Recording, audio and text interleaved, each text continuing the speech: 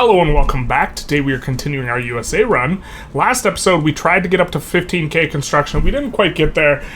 We kind of had a little bit of a shorter episode, and obviously the progress is starting to get quite slow in terms of the lag kind of ramping up as we add more construction. But the construction really helps to keep us siphoning off pops, helps to keep us de-peasanting as quickly as possible. There's still a lot of peasants, and more importantly, what happened last episode is something I don't think we've ever done before, which is we pulled the UK into our market. Now, we've subjugated the UK before, we've eliminated the UK from the map before, but I'm not sure we've ever pulled them into our market before. So that was a bit of an interesting thing.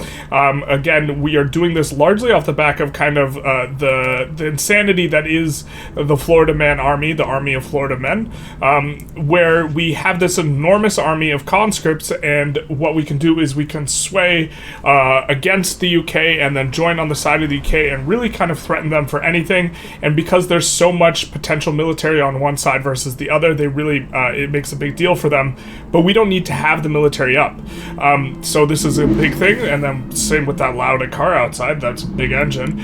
We also, in particular, are starting to push Navy quite a bit in order to push down the power ranking of all the other powers, and so this is the most cost-efficient way of doing it, and we've unlocked scout cruisers, so we're going to cruise into doing that a whole little bit more. And we are using my least favorite PM ever, experimenting with it a little bit, which is we are using automobiles.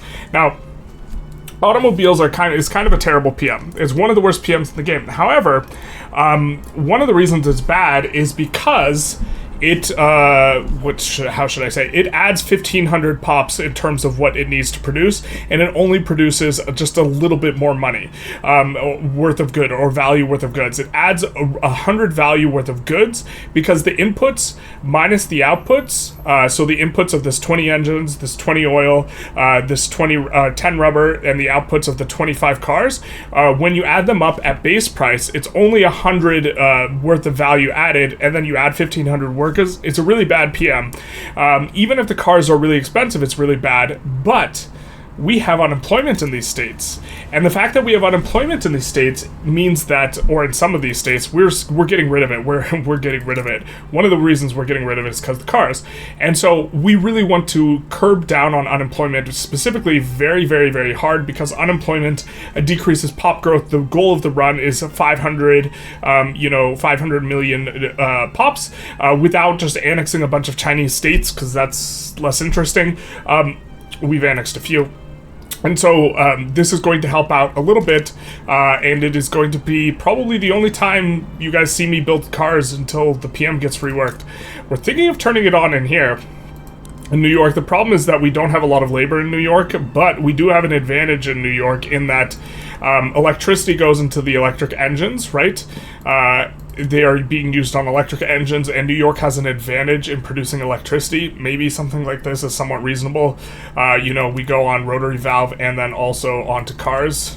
It says it'll be profitable, but the tooltips often lie. Anyways, we had left off with the idea that we should go after Russia a little bit, so we're going to do that, and we're just going to look to rough them up. Now, we're going to do this. We're going to force the Diplo play, which is going to make it so that they have to... We didn't even look at who they're allied with. That's actually something that's somewhat relevant. Defensive pact with all of these.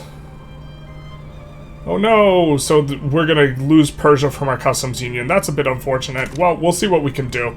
Anyways, onward and upward. We're going to release someone from Russia, hopefully. So the war is afoot. Our pieces are still moving, into place here, but this is going to absolutely wreck Russia. Not just because, obviously the war is going to wreck Russia, obviously, but also because we have so many convoy raiders at this point. We have been pushing Navy just to, increase our prestige for the purposes of decreasing other people's prestige. We have some, I guess we could click on the thing, we have 365 flotillas, one for every day of the week, every day of the year, and this is going to be exactly kind of what we want to do, which is cause a bunch of devastation. Our armies to whoever has pillage, this is what's been set. And as we pillage our way through Russia, we'll cause a bunch of mass migrations, we hope. And we're not looking to end this war necessarily too quickly. We also got a nice pickup in Ecuador. They had a rev finally, and the revolt was willing to join in exchange, or was willing to take our help in exchange for becoming a subject.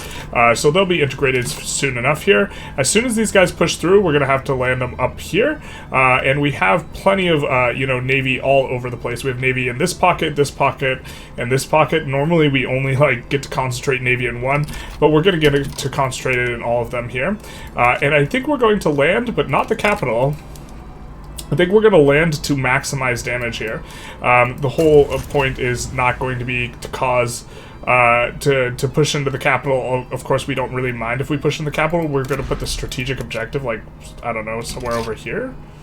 I guess we can't. That's weird. Okay, we're going to lift it off Ingria. We're going to put it in Perm and just have them push to the center of Russia and just cause as much pillage and damage as possible. Alright, so we got in a bit of an interesting situation. The French Republic, for whatever reason, decided to go psychopathic, and they attacked one of our subjects, so we can side in exchange for transferring some sort of state. And what we could do is we gain full control of the war. So now we could do something like liberate Occitania as the primary war goal. And this is the war goal you do when you want to really, really mess France up. And I think that we're probably going to do this. We don't want to accrue a bunch of infamy. We could liberate Senegal, I suppose, and this would really crush their market. We could revoke claims somewhere, but I think we're going to have as the primary war goal, liberate Occitania, and then we're going to put in a bunch of other war goals and hope that they just back down to it. And I think that they might back down to it. They don't have, I don't think any of these AI strategies make them more likely to back down, but they are bankrupt. So when this calculation goes, they do have a minus 25 from being bankrupt. I wonder why they went bankrupt. Surprisingly, France does not back down, and we've been full occupying Russia for kind of a little bit of time now, intentionally trying to avoid taking the capital. I think we're just gonna, finish up and take the capital here, and we're gonna look to double land France with some pretty big armies that we already have mobilized here. We've already moved over some convoy raiders to, deal with France. We'll try and make sure that they don't raid us, because it looks like they're moving their guys out and about, and Jesus, we really need to get after our queue. Kind of a lot to keep track of, and we're constructing stuff so quickly that it's a little bit rough in terms of just trying to keep stuff incorporated. We got a lot of turmoil here, so we'll try and manage and figure things out, but we've caused a lot of damage to Russia. They're going to release Perm. Unfortunately, I'm not sure. Yeah, we want to enforce all of these, but I don't know if we want to enforce all the war goals we have on France. I guess it's pretty good. We were really hoping that they would just back down and we'd get to keep them in the customs union, but now they get to be their own free customs union. Looks like these guys have also left the customs union, so we'll probably try and get them back, because they actually are an excellent source of migration, because they have state migration, or they allow for migration to occur, so we'll look to pull them back into our customs union because they do have migration controls. Well. We don't even need to yo-yo sway here. It looks like it's time to subjugate Great Britain. For freezies, good dealsies, going after the proletarian revolt. This is going to be big nice when it happens. We can't do it yet, but this is what we're going to be doing. This is going to be super big nice. And this is, by the way, the fact that these guys got spit out as a minor power, which is what's required in order to subjugate them. A big part of this is actually the huge buildup of our navy, because if we take a look here, we're pushing everyone down into lower and lower strata type things, so that we can try and subjugate them and do these types of things. Italy's the next best, but our prestige, I think last episode it was 10k, and now it's 14k. If we look at our current prestige and we look at the amount we're getting 6k from GDP. That's a good amount. That's a big amount. That's about a lot, but we're getting 2k from Navy power projection, so we're going to continue to try and ramp this up so that we get opportunities like getting to subjugate Great Britain for free by going after the British proletarian revolt. So now we are no longer getting a bankroll from anyone. We're just getting kind of a normal Diplopax, or the bankroll with Britain's about to run out. Once the bankroll with Britain runs out, we'll lower taxes. We also increased government wages and mill wages because we're trying to lose money to re-inject it back into the economy. But we're going to be wrapping this war up with France pretty soon here. We hope. So we're going to have really good relations with France even exiting this war, and we hope we get an opportunity to do to them what we just did to Great Britain. And also, we're hoping that the release of all this stuff from Russia helps to, decrease them. It looks like they're going to decrease to major right now, and so this is kind of what we were hoping for. That's a very sad-looking Russia. I think we're going to make sure to bankroll these guys. We pulled a few more guys into the customs union. We're going to continue to try and make some moves. I think all these guys should have some sort of open borders that allows for migration, so this is going to be really good for us. It looks like, did our armies fail to land? Alright. These guys are just waiting for fleets to be defeated. They're trying to land. We should be getting in here, pretty momentarily. To be fair, we have a 50 stack here for the UK. This is probably actually all we would need in order to beat the UK. We did assign someone over here. We're kind of waiting for them to get there. But, the wars are progressing, and it should be pretty good for us.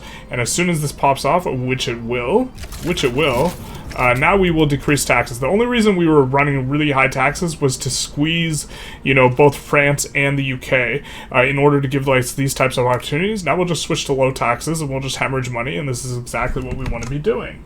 So SOL has exploded since we dropped taxes, and all the way up to 21, we are actually raising taxes back up because while we want to stimulate the economy, and we're kind of stimulating the economy just fine, we actually want SOL to be around 20. And so, or we want to get the lower strata average up to close to 20, maybe around 19, because 20 is where you actually achieve the maximum population growth. And so, although I think the fall off after 20 is not as big as the fall off before 20. I can't remember exactly how it looks, but I do know that it's maximized at 20. So if we're trying to maximize population, which is exactly what we're trying to maximize, then this makes a lot of sense for us to do. The war with the UK is going great. With the UK against the UK, it's the proletarian UK that's on our side, and this is the state of affairs of our market, which did get jammed up a little bit with the Portuguese kind of coming out, but we do have the British in there.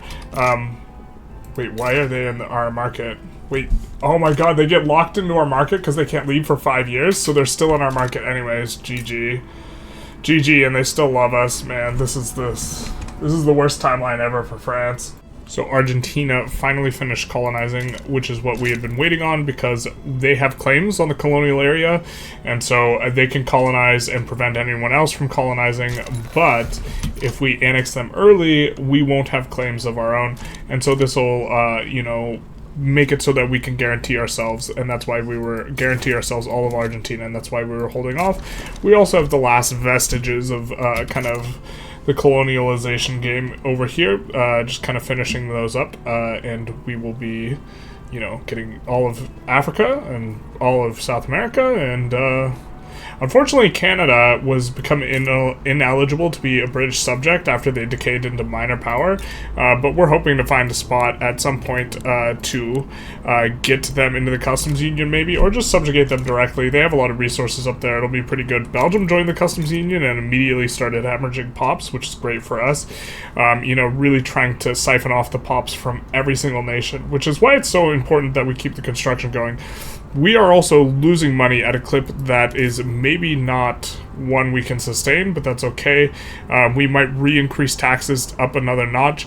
We do have a very progressive tax system, right? We have graduated taxation, so even if we tax a lot, it'll specifically be targeting the capitalists anyways. We would like to, we still think this thing sucks and we're thinking of churning off of the cars. See, the thing is one of the problems is that we would have much more profitable railways if it weren't for the cars, because what the cars do is the cars create demand for cars, and instead of demanding transportation, they demand cars, which leads to depressed transportation prices, which you end up having to subsidize, and also decreases the profitability of these buildings. It's not just like free demand from your pops. The pops are demanding it instead of transportation, which collapses the transportation prices, which leads to, bigger subsidies. And so we might pull off the cars bit. We might pull off, because if we pull off of it, it completely eliminates the demand. So even though it says it's more profitable and all this type of stuff, we think we can do better. Scandinavia is going to be the next one to fall because they are having a rev. The rev is not big enough to be a major power, and we have such a big Chad army that we can get them to become our protectorate, which is going to be nice for the big Chad army. And we will be able to handily deal with Scandinavia as soon as they select yes, and they do. And we should be able to handle this in relatively quick order. Getting a free Scandinavia subject here as well. They keep on growing, more and more subjects. The only Italy is somehow is the bastion of untouched, not yet wrecked countries or this type of thing. So we don't have the standard one. I don't even know what the standard one is. National GDP probably was something. Okay, anyways, Italy is kind of the biggest holdout, and so the thing about going for Italy though, or any sort of Italian stuff, is that if you go for Italy, what ends up happening is they get the rigorism. If you break the piece of them out and then make it a subject, it'll go back to them with the Italian flavor event. So do have to watch out a little bit for that one. But these guys are the biggest, baddest guys left on the block. They are our rivals. And so maybe we come in and bust them up, look to release some guys, because we're not going to get lucky. Well, so maybe cause enough devastation that they get some sort of rev. I'm not really sure. If we take a close look, they're probably not on the verge of revving or anything like that. They don't have turmoil by the looks of it. So, yeah. If we... Domestics, are you... No, they're not revving or anything like that. They're fine. So we get another company slot, and kind of lacking something particularly good to put in. Well, we have a few options here. So first of all, we're getting around 300,000 in minting from the gold mines. If we put in gold mines, we would get a whole ton of minting, and this is maybe an okay option. But I think that since our economy is so large, I mean, we do have a lot of gold, but our economy is really big. I think we're going to put in on lead and iron company. Lead is actually one of the few things in our market that's somewhat expensive. Here, we can take a look here. Lead and cars, unfortunately. The cars are winding down. What happens if you don't create any cars? The buy orders eventually go to zero, but it's taking a while to wind down. And I think our subjects will make cars, so I think we'll just have to suffer through the cars thing. But if we, come down just a little bit, we'll see, okay, I guess we could import some of this stuff. The meat industries generally are kind of pretty bad, but then next up is lead, and we can't actually really build more lead very effectively right now, at least, because all the places that have lead don't have enough labor. So I think that putting in a lead company would make a lot of sense. It'll help to boost our iron company, which will be quite nice as well, because it'll be the generic lead and iron, because we don't have a particularly good lead company. And then the steel mills building throughput's going to work pretty well on top of that. And so this will round out the companies. Just for the record, we are using generic tools, which gives a little bit of army offense. Really not the best company. We would prefer a different tooling company, but we haven't gone out of our way in particular to harvest the best companies. We are using Carnegie Steel, which is quite strong railway building throughput on top of iron, coal, and steel. We are using Antofagasta, the company down here in in Antofagasta. There we go, that's the one, which is going to give us sulfur and railways. And then we're using the Empresas Electricias in Lima, which is going to give us 5% state construction efficiency. Maybe a decent shout, or maybe we're starting to not like this as much, but I really do like the throughput on the power plants, because power plants always have a hard time employing up. They're not that profitable, but their PMs are really good, and so this helps you to avoid instances where you're running shortages, and so I do kind of like that. But the state construction efficiencies really starting to become not such an important modifier, because honestly we're letting our queue idle a decent chunk of the time because we can't just keep it going. So like this is on the chopping block, but now we have slotted in generic iron and lead, and so hopefully that'll bring down, or well, that will bring down lead prices. We can take a look. That should bring down lead prices just right away, kind of as the next tick. And as you can see, now pulling up on 1900, we are going pretty slow in terms of, the game. That's kind of okay. I think we have to declare a war here, actually. Oh, no, wait. We just reduced autonomy in Prussia. So I think we're going to annex Prussia as well. Good old loyal Prussia. Their population's been steadily declining, which will make the annex a bit cheaper. And then these guys, their population's been declining, not anywhere near as much. France is probably back on the decline. Oof.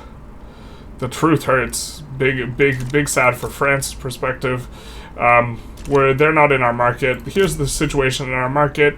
We are getting kind of close to pulling Persia back in, but I think that we're really kind of getting hurt now by the investment pool malice. The reinvestment is being modified by times by 0.7. We'd much rather the consumers consume the goods and money to spend through the economy. And so while we did get Andrew Carnegie back on the throne, I mean, in the Oval Office, we maybe transition to communist just as soon as he dies. I mean, he is kind of 65, so if he dies, we'll transition. If not, we'll just kind of be pretty happy about the fact that we are getting significant infamy decay down. Wait, why do we have such a diplo problem? What the hell is this? Why do we have, like, negative float?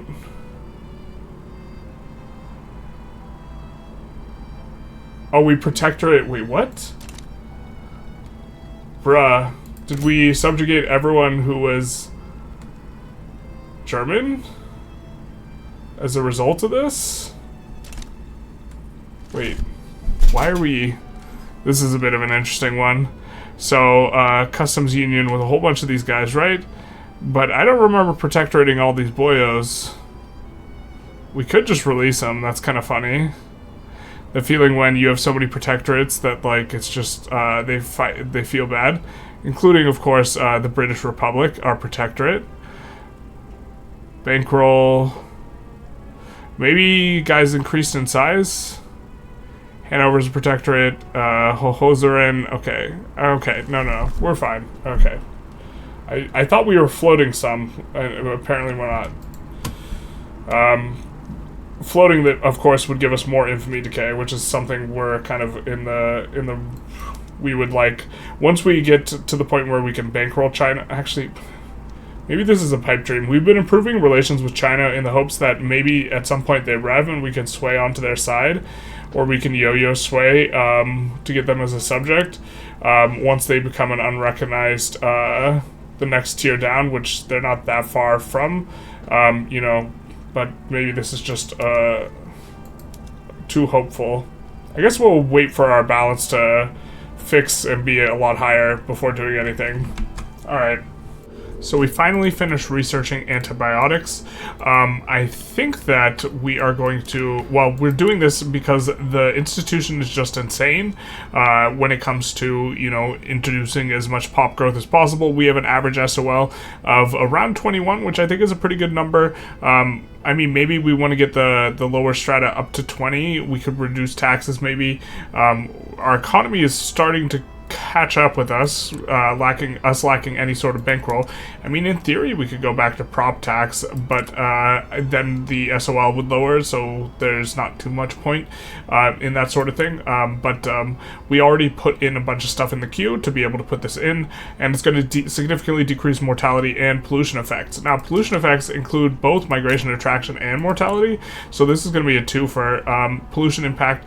You can see that it is currently at 40%, and then it's reduced by 70% as a result of our public health institution. It'll be reduced by 85% once we get the next level, and you can see it's giving additional mortality and minus migration attraction, and minus SOL, which further feeds into migration attraction. So by getting off of this or getting to the next tier, we will be able to hopefully grow our pop even more. This is the very first tier 5 tech we have gone for, and now we have a little bit of options. We can go for compression ignition and another tier 5 tech, or we could look to expand the military to be able to shake people down better, as well as to increase our army power projection.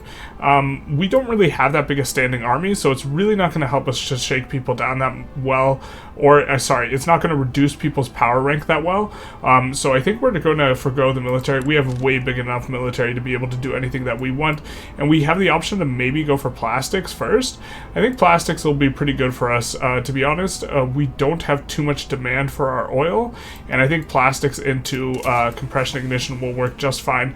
We're basically just randomly not spreading stuff occasionally, but we've just basically instantly researched tech as soon as someone else gets it. This has been the least we have ever seen the AI be able to push for technology, so we're actually overall a little bit behind technology in this run, and I have a sneaking suspicion it's because they've been so wrecked by the forced bankrolls and like all the shenanigans that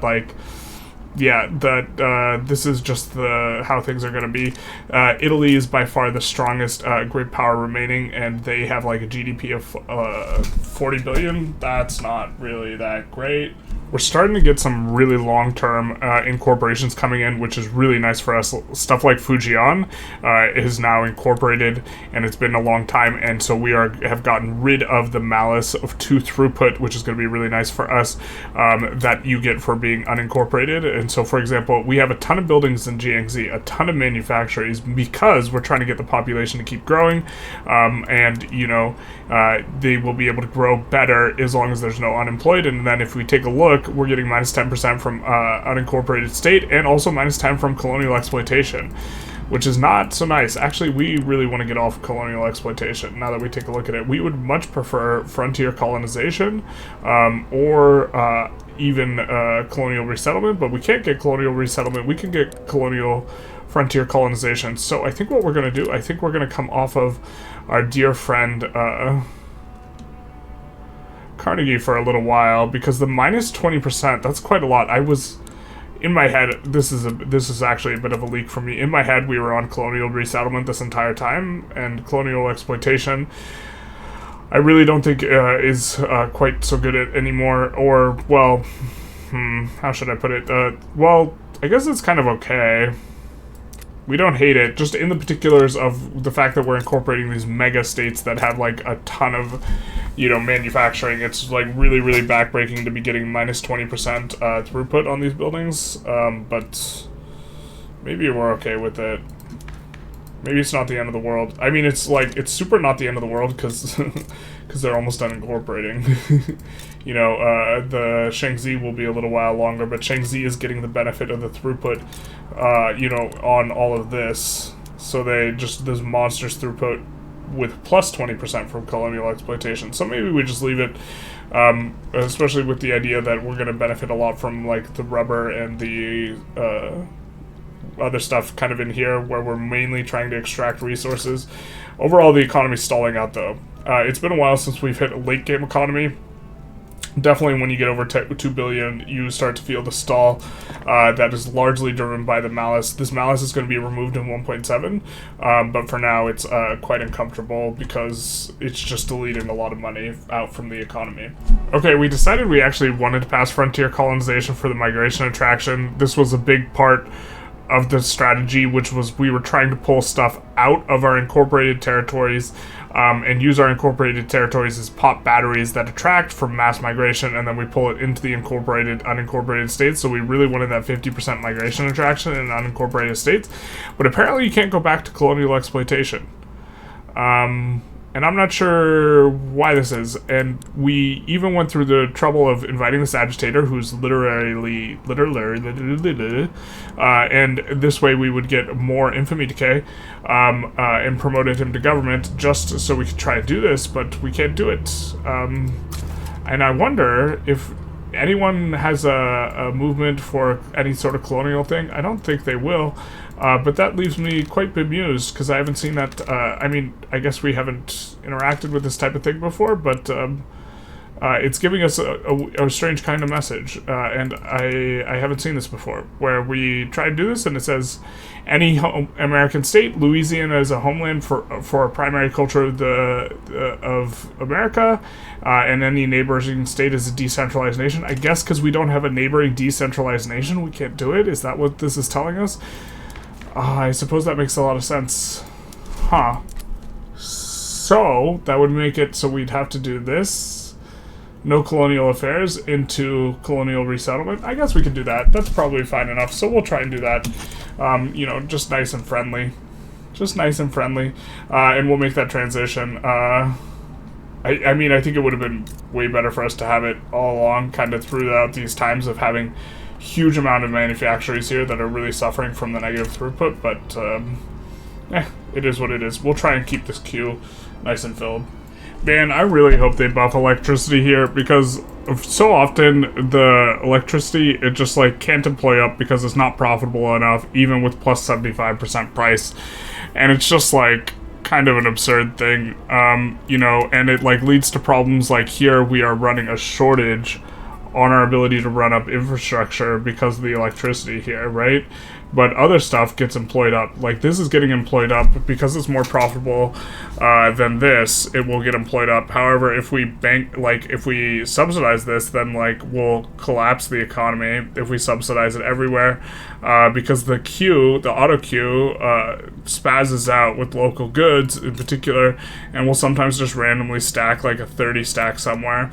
And there's, like, no way we could afford a fully, like, expanded like electricity thing. Like, we just need more, not like 30. Like, we would have to 15x our output right here, right? And that's like not what we need, and it's just it's frustrating.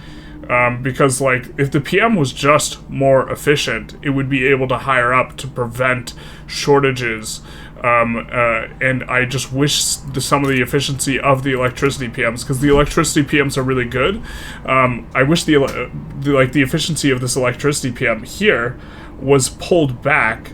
Like, so the railway PM is worse, and then we also make, you know, the wood PM, sawmills, we make this PM worse, and we pull back the efficiency of all of the PMs that use electricity and instead buff the PM of electricity such that it can actually employ up, and you don't have this situation where you have to either just flush a ton of money by subsidizing the electricity when, like, it's just gonna go ballistic and, like, yeah, just be like way overemployed, or you have to choose between running a shortage, and you know, microing this is also like, I just wish it employed up like properly. Like, you can see we're running a shortage here. We're running a shortage because we don't have electricity. And I mean, we could micro all the PMs super hard, but a big part of this is I just think it's like part of the local goods, and I think that it's the goods shouldn't be local. They should just have a huge mapping penalty instead. That way you don't get the auto queue randomly ballistically like expanding out the power plants way more than they ought to be, and you also like can get it so that you don't like run shortages. You just eat a ton of inefficiency by having plus 75 prices, but you don't like auto run shortages on everything with electricity in a way that like you can't pump it up. Like, I don't know what to do here. Like, are we supposed to build more electricity? Maybe this is the solution. We're just supposed to build more electricity here till the economies of scale is so high that it like is worth employing up. That's actually probably not the answer. I'm being like mildly facetious, but like just have more pops here, I guess, or something. I don't know. It's a bit rough. I don't like the way electricity is implemented. But anyways, I think we're going to conclude the episode here. A little bit of a rant there. This is the state of affairs of our market. This is the ledger as it relates to... No, did it bug out and go back to this ledger again? Not like this. Yeah, it's not responsive here. It's not changing or anything. If we do this one... We want the country rank 1. Okay. Well, I was just going to show how much further ahead we are from everyone, but we're just like disgustingly further ahead. So it's like, okay, there we go. There's the ledger. Okay, so I just needed to close the lens. You know, we're 10x, more than 10x Italy, and maybe we cut Italy down to size next episode. In terms of GDP, like the next biggest one's 70 million relative to 2.4 billion. We have probably, yeah, more than half the world's population, I would think. Maybe not quite, but we have an enormous population at this point. I think that next episode or the episode after, we will get to the 500 million mark. It's starting to chug along quite slowly, but this episode, we did subjugate Great Britain, and that was kind of the thing. And we got them subjugated for free, which is going to be really nice. We will need to annex them in order to get Ontario here, and then we'll need to at some point go after Canada. We've kind of been playing really, really patient with all of this, and not really going after too many boys. We did have Costa Rica and Honduras are now subjects. I think we did that this episode, but we are trying to play it patiently and looking to get guys for free on the first subjugation, and then reduce their autonomy, like we've gotten Great Britain for free, or Austria for free, or Prussia for free. You know, all these European miners we've gotten for free, Scandinavia too. They are all of our subjects, because, you know, they fear the Florida men, and you can yo-yo sway around, but they are all either protectorates or puppets. Anyways, I hope you enjoyed. If you did, please feel free to like, comment, subscribe, do the YouTube algorithm thing, and other than that, have a good day.